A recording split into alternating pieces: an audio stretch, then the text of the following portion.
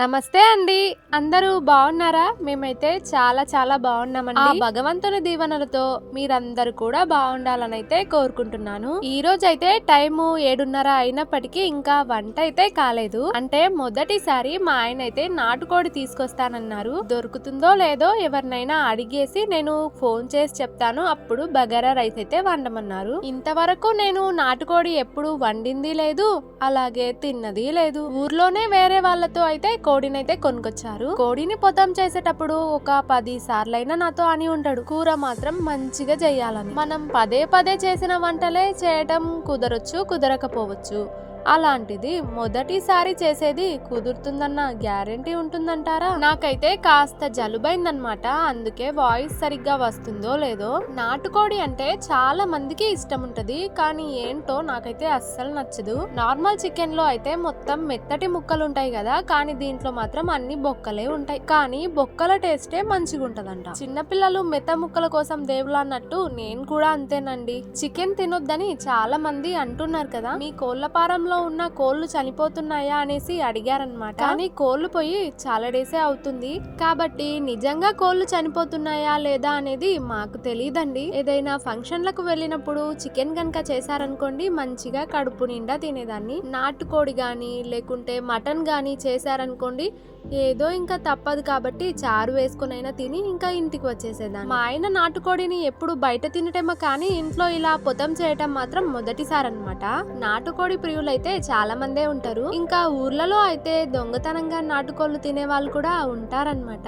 ఎవరితో తెలియని కోడైనా సరే మన ఇంట్లోకి వచ్చిందంటే ఇంకా దాన్ని కప్పెట్టడమే, కోసి కూర వండటమే. మీరు కూడా అంతేనా అనుకునేరు. నాకు నాటుకోడి నచ్చదు కాబట్టి కోడి ఇంట్లోకి వచ్చినా ఎల్లగొడతానన్నమాట. ఇట్లా కోడిని గాని మేకన్ గాని మామూలుగానే తినాలనిపించదు. అలాంటిది ఇలా కట్ చేసేటప్పుడు గనక చూసామనుకోండి, ఇంకా అసలే తినాలనిపించదు. వండి తినేటప్పుడు పదే పదే ఇదే గుర్తొస్తుంటది. ప్రెగ్నెన్సీ టైంలో అయితే నేను అస్సలు నాన్ వెజే తినలేదు. ఆ విషయంలో అయితే ఇప్పటికీ తిట్లు తింటూనే ఉంటా. అంటే పిల్లలు కడుపులో ఉన్నప్పుడు మనం మంచిగా పౌష్టికాహారం తింటేనే కదా వాళ్ళు పుట్టిన తర్వాత ఆరోగ్యంగా ఉండేది. ఈ విషయంలో మాత్రం నేను పెద్ద మిస్టేకే చేసిన. ఫస్ట్ ప్రెగ్నెన్సీ అప్పుడైతే మనం చాలా వీక్ గా ఉంటాం. తినాలనిపించకపోవటం, వాంతింగ్స్ రావటం, వాకర్ ఉండటం, ఇలా చాలానే ఉంటాయి. కాబట్టి ఫస్ట్ ప్రెగ్నెన్సీలో అయితే మనం కడుపు నిండా తినలేము. నేను కూడా అలాగే ఉన్నా. ఫస్ట్ టైం అయితే అసలు సరిగ్గా తినలేదు. అందుకేనేమో మా వాడికైతే ఇమ్యూనిటీ పవర్ చాలా తక్కువ. మా వాడికి ఫీవర్ గనక వచ్చిందంటే ఇంకా పడుకొనే ఉంటాడు. ఒక 1 వీక్ వరకు అసలు తగ్గదనమాట. ఇంకా మా వారైతే కోడిని కోసేసి ఇలా చిన్న చిన్న ముక్కలుగా అయితే కొట్టేస్తున్నాడు. అల్లం పేస్ట్ అయితే అయిపోయింది. అమ్మ వచ్చినప్పుడు అయితే తీసుకోవాలని చెప్పినా కదా. ఇంకా అమ్మ అయితే అల్లం ఎల్లిపాయలను తీసుకొని అల్లం అయితే కట్ చేసి పెట్టింది. ఇంకా ఎల్లిపాయలను కూడా పొట్టు అయితే తీసి పెట్టింది అనమాట. బగారా రైస్ లో కానీ నాన్ వెజ్ వండినప్పుడు కానీ అల్లం పేస్ట్ గనక లేకుంటే అసలు వంట చేసినట్టే ఉండదు. అల్లం పేస్ట్ గనక వేయటం మర్చిపోయాను అనుకోండి, మా ఆయన అయితే ఖచ్చితంగా గుర్తుపడతాడు. అల్లం పేస్ట్ వేస్తే టేస్ట్ బాగుంటుంది. అల్లం పేస్ట్ పట్టేటప్పుడు ఉప్పు అనేది నిండుగా వేసుకోవాలంట, లేదంటే అల్లం పేస్ట్ అనేది మొత్తం బూజు పట్టినట్టు అయిపోతుంది. కొద్దిగా పసుపు కూడా వేసాను కలర్ రావడానికి. ఇంకా అన్నంలోకి కావాల్సినవన్నీ కూడా తీసైతే పెట్టుకుంటున్నా. బిర్యానీ ఆకు, లవంగాలు, యాలకులు, చెక్క, అట్లనే ఇంకా సాజీరా. బ్లాక్ కలర్ కట్టేలాగా ఉంది కదా, దాన్ని ఏమంటారో అయితే తెలియదు, కానీ ఇంకా ఇచ్చిరు కాబట్టి వేసేదే కదా అని వేసేస్తా. ముందుగా గనక ఇలా అన్ని తీసి పెట్టుకున్నామంటే మనం వంట చేసుకునేటప్పుడు వెతుక్కోకుండా తొందరగా తీసుకొని వేసేయచ్చు. మా వారికైతే బగారా రైస్ అంటే బాగా ఇష్టం. నాన్ వెజ్ తింటేనే మనిషి బలంగా ఉంటారు. ఎంత పనున్నా చేయనికే కూడా శాతనైతది. కాబట్టి నాన్ వెజ్ అలవాటు చేసుకో అని చాలా మంది చెప్తారబ్బా నాకు. అంటే చికెన్ కాదు, మటన్. నాకు నచ్చకపోయినా నేనైతే ఇంట్లో వండుతాను. ఎందుకంటే నా వల్ల మా ఆయన తినకుండా ఉండటం ఎందుకు అని. తెచ్చేటప్పుడే నేను కూడా తింటాలే, తీసుకురా అని చెప్తా, లేదంటే తీసుకురాడనమాట. వాళ్ళు పొద్దస్థానం కష్టపడే వాళ్ళు, మన కోసం వాళ్ళు ఉపాసం ఉండటం కరెక్ట్ కాదు కదా. ఇప్పుడైతే ఎండలు బాగా ఉన్నాయి కదా, ఇలాంటి టైంలో నేను బగారా రైస్ గనక చేస్తే ధనియాల పొడి అనేది తక్కువగానే వేస్తా.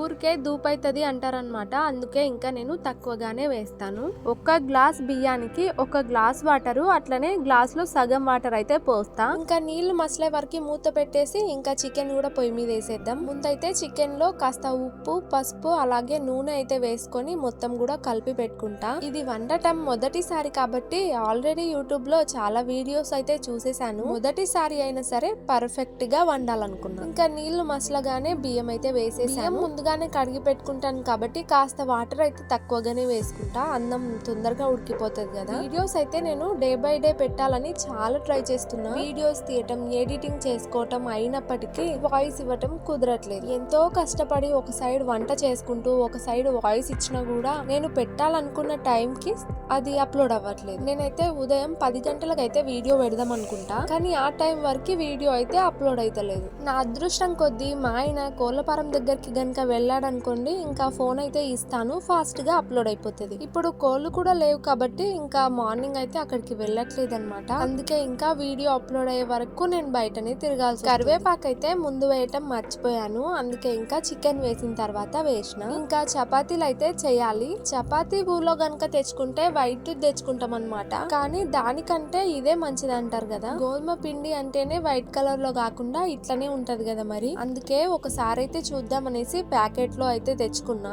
నాన్ వెజ్ గనక వండానంటే ఖచ్చితంగా మా ఆయన చపాతీ గాని పూరి గాని ఏదో ఒకటి చేయమంటాడు. మామూలుగా అయితే కొంచెమే పిండి తడుపుకుంటా, ఒక 5-6 చపాతీలు అయ్యేలాగా. ఇంకా అమ్మ ఉంది కదా అనేసి కొంచెం ఎక్కువనే తడిపిన, హెల్ప్ కూడా చేస్తుంది కదా. వైట్ కలర్ లో ఉండే చపాతీ పిండి అయితే నాకు తొందరగా తడపటానికి వచ్చేది, ఇది కాస్త లేట్ అయింది. మరి అందరు కూడా పిండిలోనే ఆయిల్ వేసుకొని చపాతీ పిండి అయితే తడుపుతారు కదా. నా అలవాటు ఏంటంటే చపాతీ మొత్తం తడిపిన తర్వాత మళ్ళీ ఆయిల్ వేసుకొని అయితే తడుపుతా. వాళ్ళని పట్టుకొని చపాతీ చేయాలంటే చాలా కష్టం అబ్బా. మా చిన్నోడు అయితే డేంజర్, వాడిని మా అమ్మ ఆడిస్తుంది కాబట్టి నేను ఇంత ప్రశాంతంగా చేసుకోగలుగుతున్నా. చికెన్ లో నుంచి వచ్చిన వాటర్ మొత్తం కూడా పోయినాక ఇంకా టమాటాలు అయితే వేస్తున్నా.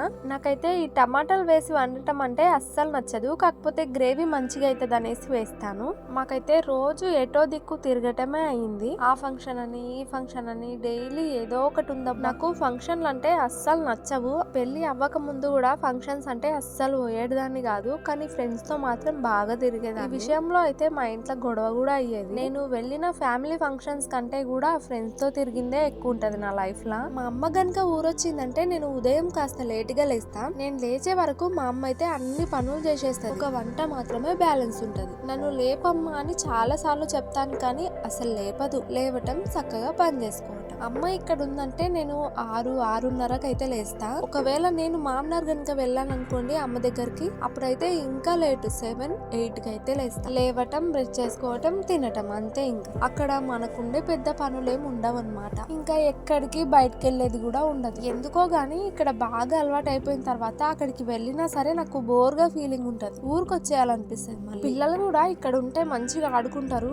అక్కడ ఉంటేనేమో ఇంకా ఒకటే ఏడ్పు, గార్వం, అసలు నన్ను ప్రశాంతంగా ఉండనివ్వరు. ఇక్కడ ఉంటే గనక నేను ఎక్కడన్నా తిరగనులే అన్నట్టు వదిలేస్తా. వాళ్ళే ఆడుకుంటారులే అని బయటకి ఇంట్లోకి తిరుగుతూ వాళ్ళే ఆడుకుంటారు, కానీ అక్కడ అట్లా కాదు, ఎనీ టైం ఏడిపే ఉంటది. తిండి విషయంలో మా ఇంట్లో మా ఆయన కొంచెం ఎక్కువ శ్రద్ధ చూపిస్తాడు, నేనేమో పట్టించుకోను అనమాట. ఏది పడితే అది తినటమే. తింటే హెల్త్ కి మంచిది అన్నవేమో తినాలనిపించదు, తినొద్దు అన్నవేమో తినాలనిపిస్తుంది. మా వారికి జలుబు గనుక అయిందంటే ఖచ్చితంగా చికెన్, మటన్ ఏదో ఒకటి తీసుకొచ్చి కొంచెం ఘాట్ ఎక్కువగా ఉండేలాగా అయితే చేయమంటాడు. యాలకులు, లవంగాలు వేయాలనిపించకపోయినా ఇంకా మా వారి కోసం అయితే ఇంకా వేస్తా. కారం పొడి, ఉప్పు అయితే వేసేసాను. ఇంకా లవంగాలు, యాలకులు, కొద్దిగా చెక్క వేసి అయితే దంచి పొడిలాగా అయితే చేసేసుకొని ఇంకా వేసేసాను. కాస్త ఉడికించుకున్న తర్వాత ఇంకా వాటర్ అయితే పోసి నీళ్లు పెట్టడమే. ఆల్మోస్ట్ ఉడికిపోయింది, కాకపోతే ఇంకా గ్రేవీ కోసం అయితే వాటర్ పోసిన. చపాతీ పైన ఆయిల్ గనక వేసి కాల్చుకుంటే నాకు చపాతీ చేసినట్టుగానే ఉండదు. చపాతీలు మంచిగా మెత్తగా కూడా ఉంటాయి, అందుకే ఆయిల్ అయితే అప్లై చేసే చేస్తా ప్రతిసారి.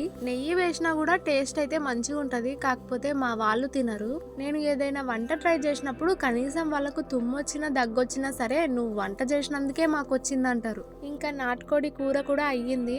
ఇందులో ఇంకా కాస్త చికెన్ మసాలా అలాగే ధనియాల పొడి అయితే వేసి ఇంకా కొత్తిమీర కూడా వేసి మూత పెట్టేసుకుంటే అయిపోయి. ఒక్క 5 మినిట్స్ అయితే అలాగే ఉంచి ఇంకా స్టవ్ అయితే ఆఫ్ చేసుకుంటా.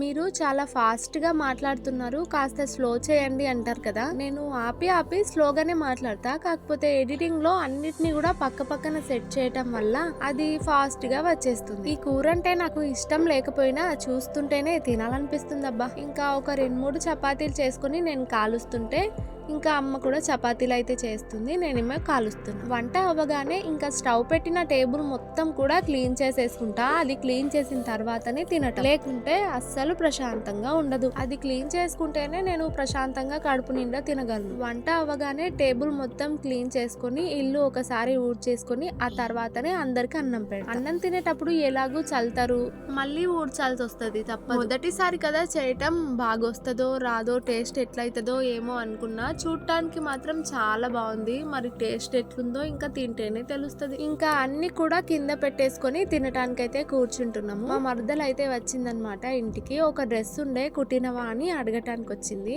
ఇంకా అందరం కలిసి భోజనం అయితే చేస్తాం. మీలో ఎవరైనా చెట్టు కళ్ళు తాగే వాళ్ళు ఉన్నారా? అంటే కళ్ళులో కూడా 2 రకాలు ఉంటాయి అనుకోండి, తాటికల్లు, ఈతకల్లు. తాటికల్లు తాగటం వల్ల కడుపులో మంటలు వేస్తుంది అంటారు, కానీ ఈతకల్లు వల్ల ఏ ప్రాబ్లం ఉండదంట. ఎంతవరకు నిజమో నాకు తెలియదు, కానీ ప్రెగ్నెన్సీ టైంలో 8 మంత్ 9 మంత్స్ లో గనక తాగితే పిల్లలు కడిగినట్టు మంచిగా పుడతారంట. అంతేకాకుండా కిడ్నీలో స్టోన్స్ ఉన్న వాళ్ళు కూడా ఈతకల్లు తాగితే మంచిదంట. ఇవన్నీ కూడా ఊర్లో మన వాళ్ళే అనుకుంటారు, నిజానికి అవి ఎంతవరకు నిజమో మనకైతే తెలియదు. నేను కూడా ప్రెగ్నెన్సీ టైంలో అయితే ఈతకల్లు బాగానే తాగాను. మా ఫ్రెండ్స్ లో అయితే కొంతమంది చెట్టు కళ్ళు తాగే వాళ్ళు ఉన్నారు, కొంతమంది ఏమో కళ్ళు తాగుతావా చీ అనుకునే వాళ్ళు కూడా ఉంటారు. అంటే ఊర్లలో అమ్మే మందు కళ్ళు వేరు, ఈ చెట్టుకుండే న్యాచురల్ కళ్ళు వేరు. మా వారినైతే మొక్కజొన్న కంకులు తెమ్మంటే తీసుకొచ్చి 3-4 డేస్ అవుతుందన్నమాట. అవి ఏమైనా వండుకుందామంటే నాకే వీలు పడట్లేదు. అయితే మొక్కజొన్న వడలు అయితే చేసుకుందాం అనుకున్నా, అందుకే తీసుకురమ్మన్నా. ఇవి అయితే నేను నిజామాబాద్ లో ఉన్నప్పుడు బాగా తింటుండే. మహబూబ్ నగర్ లో ఉన్నప్పుడేమో 20 రూపీస్ కోటి, 30 రూపీస్ ఒకటైతే ఉడకబెట్టి ఉప్పు కారం నిమ్మకాయ అయితే రుద్ది ఇస్తారనమాట. అప్పుడు కూడా నాకు బాగా తింటుండే. నాకు ఇవంటే చాలా ఇష్టం. మొక్కజొన్న వడలు అట్లనే క్రిస్పీ కార్న్ అయితే చేసుకుందాం అనుకున్నా. ఈ రోజు అయితే ఊర్లోనే ఒక చిన్న ఫంక్షన్ అయితే ఉంది, నేను మర్చిపోయినా. నేను మక్కలు ఒలుస్తుంటే మా ఆయన అయితే కాల్ చేసి చెప్పిందనమాట, చెల్లెల్ది సీమంతం అయితే ఉంది, ఇంకా అక్కడికి వెళ్ళి వచ్చే వరకే లేట్ అవుతుంది కాబట్టి ఇంకా ఇప్పుడైతే ఆ వడలు చేయటం అయితే వీలు పడదు. మా అమ్మనేమో మిరపకాయలు తొడిమెలు తీస్తుంది. ఇంట్లో మిరపొడి అయితే అయిపోయింది. షాప్ లో అయితే కుల్ల మిరపొడి తెచ్చుకొని వాడుకుంటున్నాం ప్రస్తుతానికి. షాప్ లో తెచ్చుకున్న దాంట్లో అయితే మొత్తం ఉప్పే ఉంటది, కలర్ అసలు రెడ్ గా ఉండనే ఉండదబ్బా. మా సైడ్ అయితే మిరపకాయ 130-150 అయితే ఉంది, కిలోకి 130-150 అయితే ఉంది. ఇవైతే నేను మా పెద్దత్తమ్మ దగ్గర వేయించుకున్నా, ఒక 4 కిలోలు అయితే తెప్పించుకున్నా. ఎక్కువ రోజులు అయితే కారం అయితే తెల్లగా అవుతుంది అంటారు కదా, నేను ఉప్పు అయితే చాలా తక్కువ వేయించుకుంటా. పొడి అయిపోయేంత వరకు కూడా ఎర్రగానే ఉంటది. ఇంకా ఫంక్షన్ దగ్గరకు అయితే వెళ్ళాలి కదా, వీటిని అయితే కొన్నిటిని క్రిస్పీ కార్న్ చేసుకోనికే ఉడకబెట్టుకొని ఇంకా అక్కడికైతే వెళ్ళి వచ్చాక చేద్దాం అనుకున్నా.